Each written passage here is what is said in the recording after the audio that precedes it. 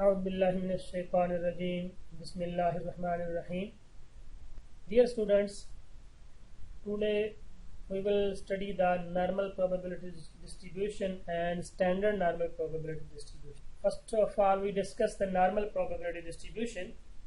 It is a bell-shaped and has a single peak at the center of the distribution. ये एक bell shape होती है, जैसा कि यहाँ से आप नजर देख भी सकते हैं. ये एक बेल शेप डिस्ट्रीब्यूशन है and has single peak at the centre of the distribution, और इसकी एक सिंगल पीक होती है. बाज़ औक़ात ऐसी डिस्ट्रीब्यूशन भी होती हैं जिसकी पीक एक नहीं बल्कि एक से ज़्यादा होती हैं, 2 या 3 भी हो सकती हैं. तो लेकिन नॉर्मल डिस्ट्रीब्यूशन की जो पीक है वो एक होती है. It is symmetric about the mean. It is symmetric about the mean. ये दरमियान में सेंटर में इसके मीन होता है और दोनों तरफ एक जैसी होती है. It is asymptotic. The curves get closer and closer to the x axis but never actually touches it. इसकी जो कर्व है ये एक्स एक्सिस के नजदीक इतनी नजदीक आ जाती है कि हम एक नॉर्मल आंख से नहीं देख सकते, लेकिन ये कभी भी इसको टच नहीं करती, चाहे कि इसकी वैल्यू इन्फिनिटी तक चली जाए. इन्फिनिटी तक भी चली जाए तो ये लाइन जो है, ये जो कर्व है, ये एक्स एक्सिस को टच नहीं करती. Therefore it is asymptotic. The location of a normal distribution is determined by the mean mu and dispersion or spread of the distribution is determined by the standard deviation sigma. Location of the normal distribution is determined by the mean mu. Location, ये x axis के ऊपर अगर हम इसको locate करना चाहें तो ये जो म्यू की वजह से ये x एक्सिस पर दाएं बाएं चलती है. x एक्सिस पर ये इसकी जो म्यू की वैल्यू है वो हमेशा डिस्ट्रीब्यूशन के सेंटर में होती है. जैसे अगर हम इसको देख लें, इसके म्यू 238 है. म्यू 238 है तो इसकी लोकेशन ये वाली है. अगर म्यू 301 हो जाए तो डिस्ट्रीब्यूशन जो है वो आगे मूव कर जाएगी. So the location of a normal distribution is determined by the mean and the dispersion of the distribution is determined by the standard deviation sigma.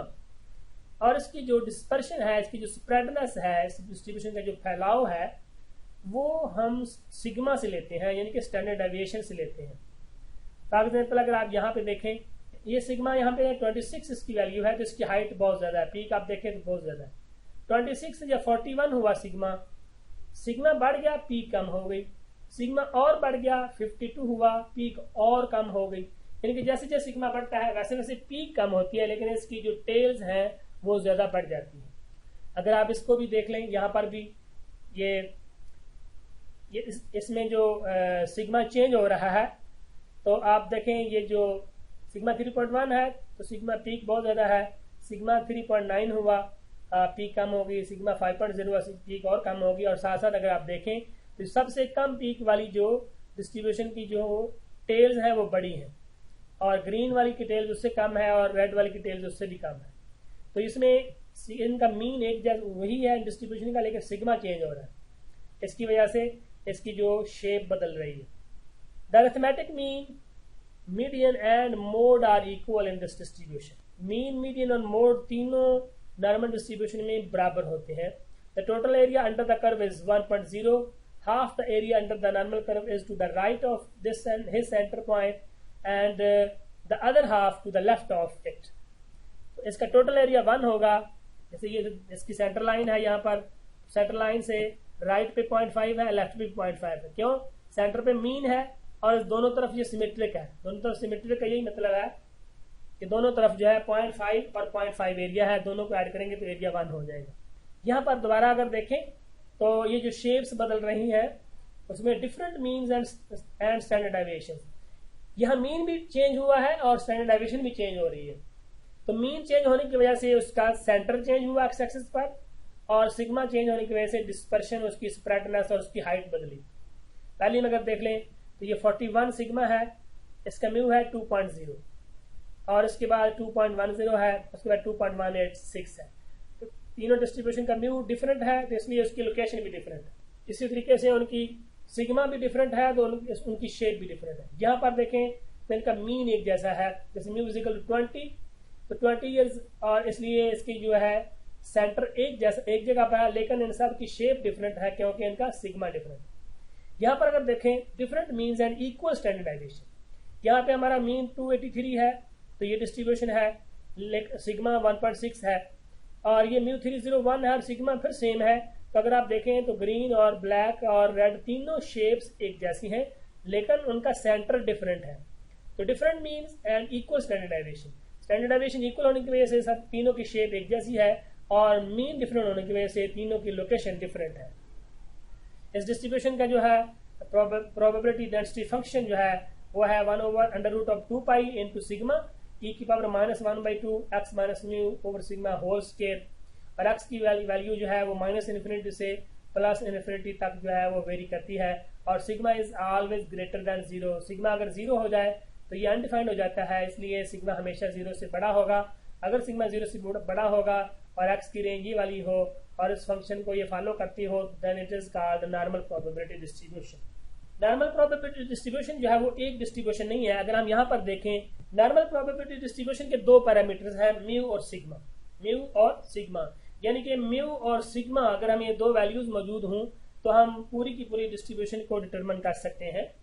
तो म्यू की वैल्यू जब चेंज होती है तो अगर हमने यहाँ पे देखा तो लोकेशन चेंज हो रही है। हमने सिग्मा की वैल्यू चेंज हुई तो देखा कि उसकी शेप भी चेंज हो रही है। तो अगर हम प्रैक्टिकल लाइफ में देखें तो म्यू और सिग्मा के कितने कॉम्बिनेशन बन सकते हैं, हजारों करोड़ों बन सकते हैं। तो इसका मतलब है it is not a single distribution but it is a family of distributions. तो normal distribution is a family of distributions. अच्छा, इतनी ज्यादा डिस्ट्रीब्यूशंस को स्टडी हम कैसे कर सकते हैं, उसके लिए हमने एक स्टैंडर्ड नॉर्मल प्रोबेबिलिटी डिस्ट्रीब्यूशन को डिटरमिन किया। अगर हमारी म्यू की वैल्यू 0 हो और सिग्मा की वैल्यू 1 हो यानी कि म्यू मीन 0 हो और स्टैंडर्ड डेविएशन 1 हो then it is called standard normal probability distribution. Standard normal probability distribution जो है वो नॉर्मल डिस्ट्रीब्यूशन की ही एक जो है फॉर्म है। कब? जब मीन की वैल्यू 0 हो और सिग्मा की वैल्यू 1 हो तो ये normal probability distribution is called standard normal probability distribution और इसको हम जी डिस्ट्रीब्यूशन भी बोलते हैं। A z value is signed distance between a selected value designated by x and the population mean mu divided by the population standard deviation sigma. Z is equal to x minus mu over sigma. अगर हम यहाँ पर देखें तो हमारे पास ये जो इसका जो प्रोबेबिलिटी डेंसिटी फंक्शन में देखिए x minus mu over sigma है। x minus mu over sigma को अगर हम z कह दें तो ये स्टैंडर्ड नॉर्मल डिस्ट्रीब्यूशन हो जाएगा। कब? ये हमारा मीन 0 हो जाएगा और सिग्मा 1 हो जाएगा तो इसको हम कहेंगे z। तो ये हो जाएगा 1/2 पाई अंडर रूट ऑफ 2 पाई और सिग्मा चूंकि 1 है e की पावर -2 इंटू जी स्केयर। तो ये z नॉर्मल डिस्ट्रीब्यूशन जो है वो स्टैंडर्ड नॉर्मल डिस्ट्रीब्यूशन में कन्वर्ट हो जाएगी। यानी कि जो x की डिस्ट्रीब्यूशन है वो नॉर्मल डिस्ट्रीब्यूशन है। जब हम उसको z में कन्वर्ट करेंगे इस फार्मूले की मदद से तो ये हमारी स्टैंडर्ड नॉर्मल डिस्ट्रीब्यूशन बन जाए। तो जब भी हम नॉर्मल डिस्ट्रीब्यूशन को स्टडी करेंगे तो हम वो z की हेल्प से स्टडी करेंगे यानी कि हम x को z में कन्वर्ट करेंगे। कैसे करेंगे? z is equal to x minus mu over sigma. x minus mu over sigma हम करेंगे तो ये z में कन्वर्ट हो जाएगी और z का जो z की जो प्रोबेबिलिटीज है वो हमें स्टैंडर्ड नॉर्मल प्रोबेबिलिटी डिस्ट्रीब्यूशन का जो प्रोबेबिलिटी डिस्ट्रीब्यूशन टेबल है उसमें से मिलेगी। कैसे मिलेगी? ये हमारे पास z डिस्ट्रीब्यूशन का टेबल है। यहाँ पे ये जो z की वैल्यू 1.3, 1.4, 1.5 हम देख रहे हैं और ऊपर है 0.00, 0.01, 0.02। तो जब हमारी ये जो 1.3 इधर से और इधर से मिलाएंगे 1.3 प्लस 0.00 तो ये 1.30 हो जाएगा। जब हम इसको 0.01 इसमें ऐड करेंगे तो 1.31 हो जाएगा। तो 0.02 को ऐड करेंगे 1.3 में तो ये 1.32 हो जाएगा। यानी कि z की वैल्यू 1.30, 1.31, 1.32, 1.33 एंड सो ऑन। और नीचे से ऐसे z की वैल्यू 1.13, 1.4, 1.5 नीचे भी जा रही है और राइट वाली जो वैल्यूज हैं वो मिलकर इसको 2 डेसिमल पॉइंट तक जो है वो z की वैल्यू को बनाती है। अब प्रोबेबिलिटी हम कैसे, इस टेबल में से प्रोबेबिलिटी कैसे हम फाइंड करते हैं जरा उसको देखते हैं। फॉर एग्जाम्पल हमारे पास है 1.50, z की वैल्यू हमारे पास है, हमने x minus mu over sigma किया और z की वैल्यू हमारे पास आ गई 1.50। अब ये 1.50 ये हम यहाँ पे हम इसका टेबल में अगर हम देखें, ये जो हमारा टेबल है 0 से लेकर 1.50 तक ही जो एरिया है, इनके सेंटर जो इसका 0 है। हमने कहा स्टैंडर्ड नॉर्मल डिस्ट्रीब्यूशन का जो सेंटर है, मीन है, वो 0 होता है और सिग्मा 1 होता है। तो जब इसका मीन 0 है, इसका मतलब है कि ये सेंटर इसका 0 है, म्यू इज इक्वल टू 0। अच्छा, म्यू इज इक्वल टू 0 और ये जी की वैल्यू यहाँ पे 0 है, यहाँ पे 1.5 है। ऊपर वाली वैल्यू 283 और 285.4 ये एक्स की वैल्यूज थी, जहां जिससे उन्होंने कैलकुलेट करके जी निकाला। तो जी की वैल्यू जो है 0 और 1.5 के दरमियान का जो एरिया होगा वो ये 1.50 ये वाला है 0.4332। ये 0.4332 का जो एरिया है ये हमें 0 और 1.50 के दरमियान में है। इसी तरीके से अगर हम 1.52 का एरिया फाइंड करना हो, 1.5 इधर से लिया और 0.02 इधर से लिया, तो ये 1.52 0.4357 ये वाला एरिया हमारा बनता है। तो ये area normal standard normal distribution का जो टेबल है उसमें से जी की वैल्यू की हेल्प से हम एरिया फाइंड करते हैं। पहले हम एक्स को जी में कन्वर्ट करते हैं, फिर हम जी की वैल्यू को इस टेबल में ढूंढते हैं, इस कॉलम और ऊपर वाली रो की निस्बत से के दोनों को मिलाने से, और फिर उसके सामने जो वैल्यू होती है वो प्रोबेबिलिटी की होती है। और ये 0 से लेकर कोई भी जी की वैल्यू है वहां तक जिसकी प्रोबेबिलिटी है। हम एक एग्जांपल लेते हैं। The weekly incomes of shift foreman in the glass industry follow the normal probability distribution with the mean of $1,000 and a standard deviation of $100. What is the Z value for the income? Let us call it X of a foreman who earns $1,100 per week, and for a foreman who earns $900 per week. तो हमारा जो foreman की जो income है, weekly income, that follows the normal distribution with mean $1,000 and standard deviation 100।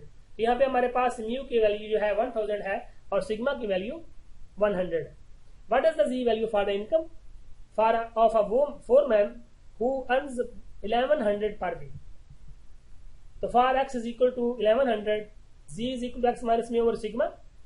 X की वैल्यू $1100 minus mu की वैल्यू 1000 है और सिग्मा की वैल्यू 100 है। It is equal to 1.00, z की वैल्यू 1.00 आ गई। For x is equal to 900, ji is equal x minus mu और सिग्मा। एक्स की जगह पर 900 रखा, म्यू की जगह पर 1000 और सिग्मा की जगह पर 100 रखा। Then we find minus 1.00। तो जब एक्स की वैल्यू 1100 हो तो जी की वैल्यू 1.00 है, जब एक्स की वैल्यू 900 हो तो जी की वैल्यू माइनस 1.00 है। तो ये तो है कि हम एक्स को जी में कैसे कन्वर्ट करते हैं। Let us know another example. The mean weekly income of a shift foreman in the glass industry is normal distribution with the mean of $1,000 and a standard deviation of $100. What is the likelihood of selecting a foreman whose weekly income is between 1000 and 1100? अब यहाँ पे आपको पहले भी याद होगा कि जब भी कोई कंटिन्यूस डिस्ट्रीब्यूशन होती है तो हम उसकी प्रोबेबिलिटी कैलकुलेट करने के लिए हमें एक रेंज की जरूरत होती है। किसी एक स्पेसिफिक पॉइंट पर किसी भी कंटिन्यूस डिस्ट्रीब्यूशन की प्रोबेबिलिटी किसी एक स्पेसिफिक पॉइंट पर हमेशा 0 होती है, और एक इंटरवल के दरमियान में उसकी प्रोबेबिलिटी को कैलकुलेट करते हैं। और दूसरी बात ये कि आपके इल्म में ये भी है कि ये जो एरिया होता है इस कर्व के नीचे वही एक्चुअली प्रोबेबिलिटी होती है। ग्राफ के नीचे जो एरिया है वही प्रोबेबिलिटी होती है। What is the likelihood of selecting a foreman? Likelihood का मतलब होता है what is probability. What is the probability of selecting a foreman whose weekly income is between 1000 and 1100? एक ऐसा आदमी, एक ऐसा फोरमैन जिसकी वीकली इनकम 1000 और 1100 के दरमियान है, उसकी प्रोबेबिलिटी फाइंड करें। हम पहले x को z में कन्वर्ट करेंगे, उसके बाद यानी कि x की हमारे पास दो वैल्यूज हैं, एक 1000 है, एक 1100 है। अब दोनों वैल्यूज के लिए हमें z की वैल्यूज फाइंड करनी होगी। तो z is equal to x minus mu और sigma for x is equal to 1000। तो 1000 माइनस 1000, यहाँ पे म्यू की वैल्यू भी 1000 है, एक्स की वैल्यू भी 1000 है और सिग्मा की वैल्यू 100 है। It is equal to 0। और for x is equal to 1100, हमने 1100 minus 1000 over 100 is equal to 1.00। अब ये आ गया 0.00 से लेकर 1.0 तक, ये वाला एरिया हमने फाइंड करना है इस ग्राफ के अंदर। यह 0 से लेकर 1 तक ये वाला एरिया हमने फाइंड करना है। ये हमारा एरिया टेबल है। यहाँ के अगर 1.00 को देखें, 1.0 इधर से और 0.00 इधर से, तो 1.0 के 0.3413 ये हमारा 1.0 और 0.00 के अगेंस्ट ही वैल्यू आ रही है।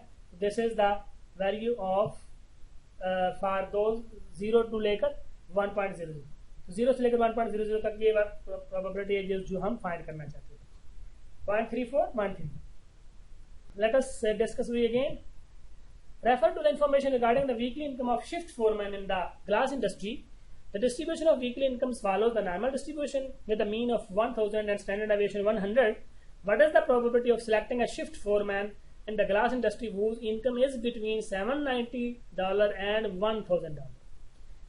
अब हमने 790 को कन्वर्ट किया Z में तो -2.10 आया, और x 1000 को कन्वर्ट किया तो वो 0 आया।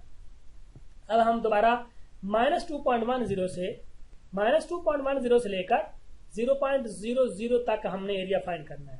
अब यहाँ पर दूसरी बात एक देखें, ये जो हमने इसमें एरिया का यहाँ पे लगाया है 0 से लेकर -2.10, यहाँ पर एक चीज काबिल गौर है कि हमारी जो डिस्ट्रीब्यूशन है ये सिमेट्रिक है अबाउट मीन।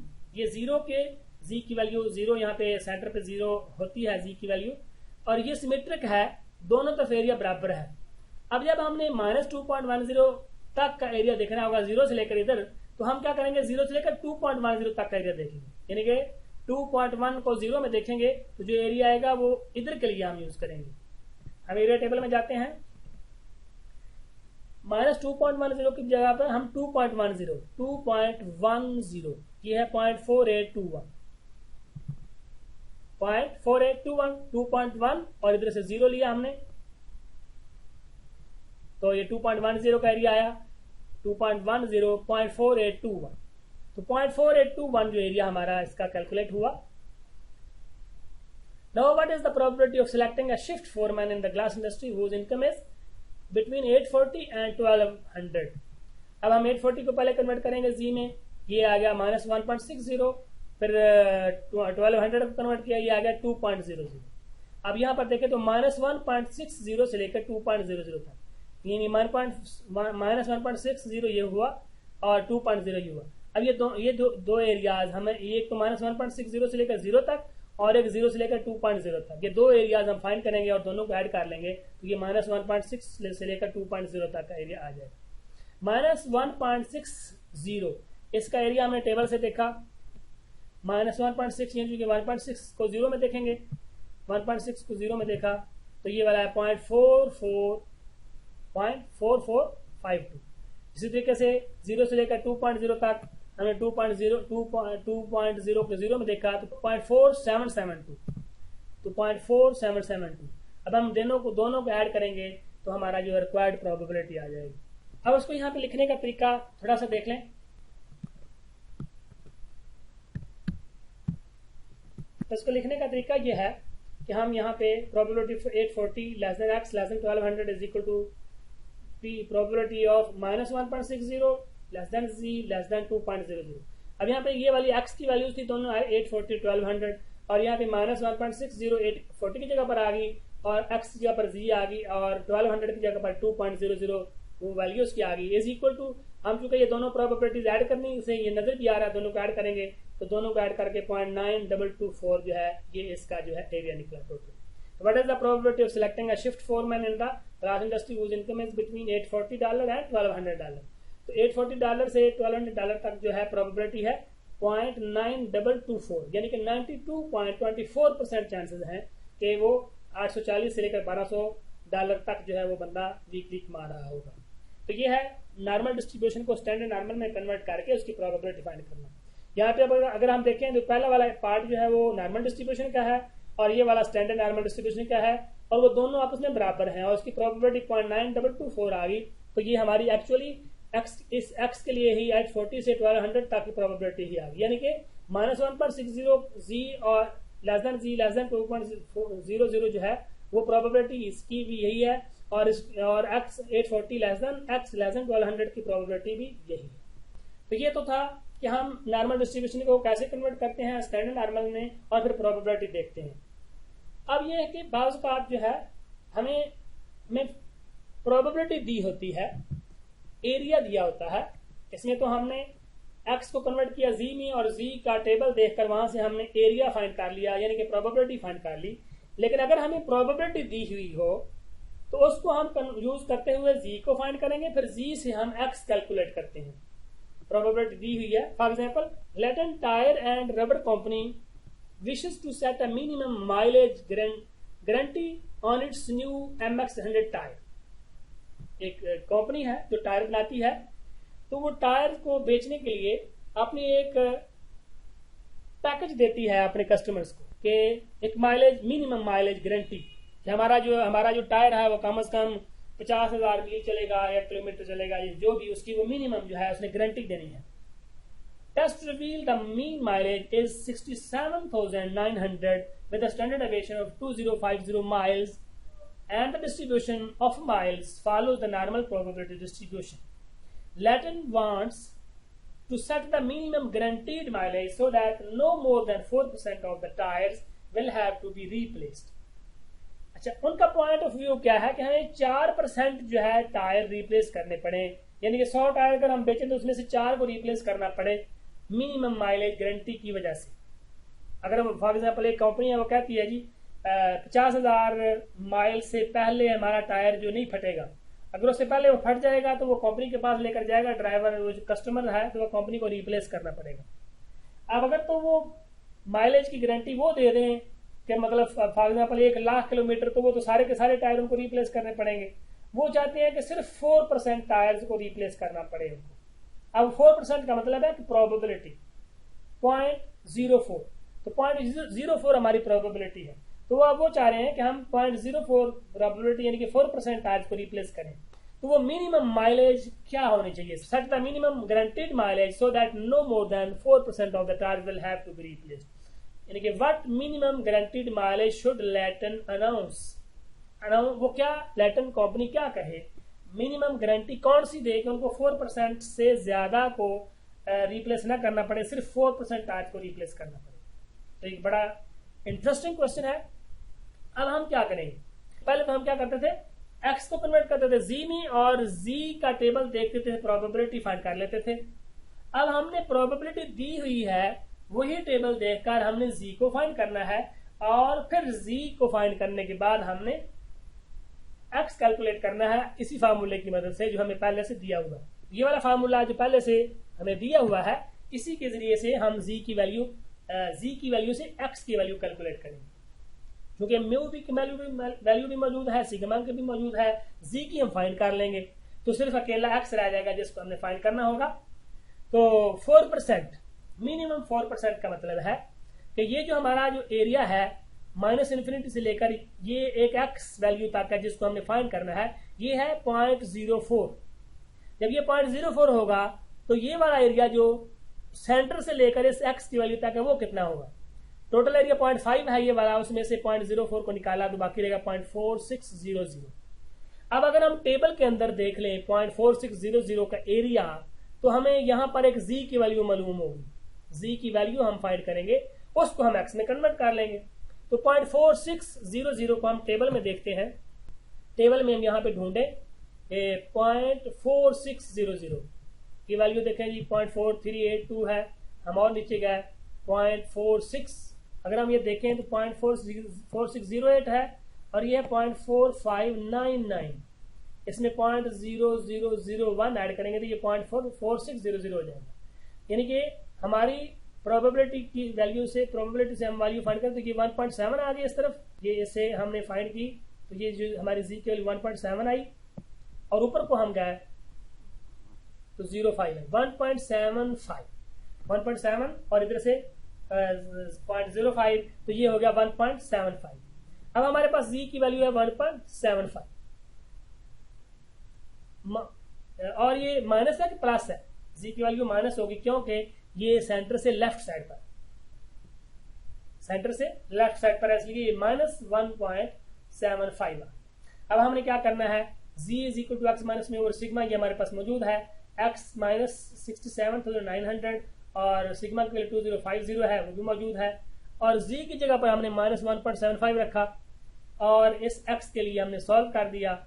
हमने इसको सॉल्व किया, x जो है ये 2050 इधर गया, मल्टीप्लाई हो गया और x -67900 इधर रहा और फिर हमने इसको भी उधर ले गए तो ये 67900 -1.75 इंटू 2050 है। इसको सॉल्व किया जाएगा, ये x इज इक्वल टू 64,312 यानी कि 64,312 माइल्स की वो गारंटी दे सकते हैं। इनके वो कह सकते हैं कि भी अगर हमारा टायर 64,312 माइल से पहले डैमेज होता है तो हम रिप्लेस करेंगे।